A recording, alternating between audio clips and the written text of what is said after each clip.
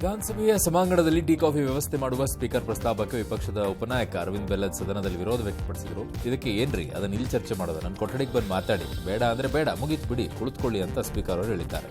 ಇನ್ನು ಶಾಸಕರ ದಿನಾಚರಣೆಗೂ ಕೂಡ ಮುಂದಾಗಿದ್ದಾರಂತೆ ಸ್ಪೀಕರ್ ಅವರು.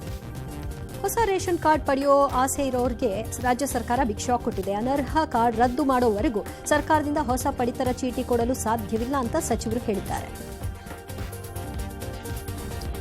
ತೆಲಂಗಾಣ ಎಂಎಲ್ಸಿ ಚುನಾವಣೆಯಲ್ಲಿ ಆಡಳಿತಾರೂಢ ಕಾಂಗ್ರೆಸ್ ಪಕ್ಷಕ್ಕೆ ಮುಖಭಂಗವಾಗಿದೆ. ಶಿಕ್ಷಕರು ಮತ್ತು ಪದವೀಧರ 2 ಕ್ಷೇತ್ರಗಳಿಗೆ ಸ್ಥಾನಗಳಿಗೆ ಬಿಜೆಪಿ ಗೆದ್ದಿದೆ. ಪ್ರಧಾನಿ ಮೋದಿ ಖುಷಿಯಾಗಿ ಟ್ವೀಟ್ ಮಾಡಿದ್ದಾರೆ.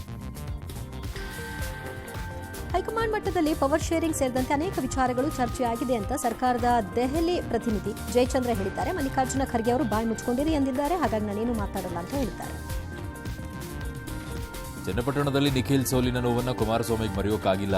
ನಾವು ಪ್ರತಿನಿತ್ಯ ಕುರಿ ಕೊಯ್ದು ಊಟ ಹಾಕಿದ್ರೆ ಗೆಲ್ತಿದ್ವಿ, ಆಗ ಕುಮಾರಸ್ವಾಮಿ ಕಣ್ಣಿಗೆ ಕಾಣ್ತಾ ಇದ್ರು. ಕೆರೆ ತುಂಬಿಸಿದ್ದು ಯಾರ ಕಣ್ಣಿಗೂ ಕಾಣಲಿಲ್ಲ ಅಂತ ಕೇಂದ್ರ ಮಂತ್ರಿ ಬೇಸರ ವ್ಯಕ್ತಪಡಿಸಿದ್ದಾರೆ. ಸನಾತನ ಧರ್ಮದ ಅವಹೇಳನ ಪ್ರಕರಣದಲ್ಲಿ ಡಿಸಿಎಂ ಉದಯನಿಧಿ ಸ್ಟಾಲಿನ್ ವಿರುದ್ಧ ಎಲ್ಲಿಯೂ ಹೊಸದಾಗಿ ಕೇಸ್ ದಾಖಲಿಸಬಾರದು ಅಂತ ಸುಪ್ರೀಂ ಕೋರ್ಟ್ ಆದೇಶ ಮಾಡಿದೆ.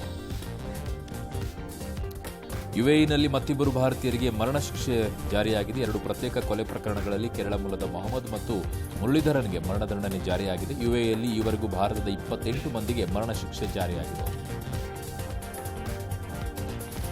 ಡಿಪೆಂಡೆಂಟ್ ವೀಸಾ ಅಡಿ ಅಮೆರಿಕಾಗೆ ಹೋದ ಅಂದಾಜು 1,00,000 ಮಂದಿ ಭಾರತೀಯರಿಗೆ ಈಗ ಗಡೀಪಾರು ಭೀತಿ ಎದುರಾಗಿದೆ. ಇನ್ನು ಅಕ್ರಮ ವಲಸಿಗರ ಗಡೀಪಾರಿಗೆ ಸೇನಾ ವಿಮಾನಗಳನ್ನು ಬಳಕೆ ಮಾಡ್ತಾ ಇರೋದು ಅಮೆರಿಕಾಗೆ ದುಬಾರಿ ಆಗ್ತಾ ಇದೆಯಂತೆ. ಹೀಗಾಗಿ ಗಡೀಪಾರಿಗೆ ಈ ವಿಮಾನ ಬಳಸದಿರಲು ಚಿಂತನೆ ನಡೆಸಿದೆ. ಖ್ಯಾತ ಶಿಕ್ಷಣ ತಜ್ಞ ಎಂಆರ್ ದೊರೆಸ್ವಾಮಿ ನಿಧನರಾಗಿದ್ದಾರೆ. 88 ವರ್ಷ ಅವರು ವಯೋಸಹಜ ಕಾರಣಗಳಿಂದ ಬೆಂಗಳೂರಿನ ಬನಶಂಕರಿ ನಿವಾಸದಲ್ಲಿ ಇಹಲೋಕ ತ್ಯಜಿಸಿದ್ದಾರೆ. ನಾಳೆ ಅಂತ್ಯಕ್ರಿಯೆ ನಡೆಯುತ್ತೆ. ಪಿಎಸ್ ಶಿಕ್ಷಣ ಸಂಸ್ಥೆಗಳ ಸಂಸ್ಥಾಪಕ ಅಧ್ಯಕ್ಷರಾಗಿದ್ದರು.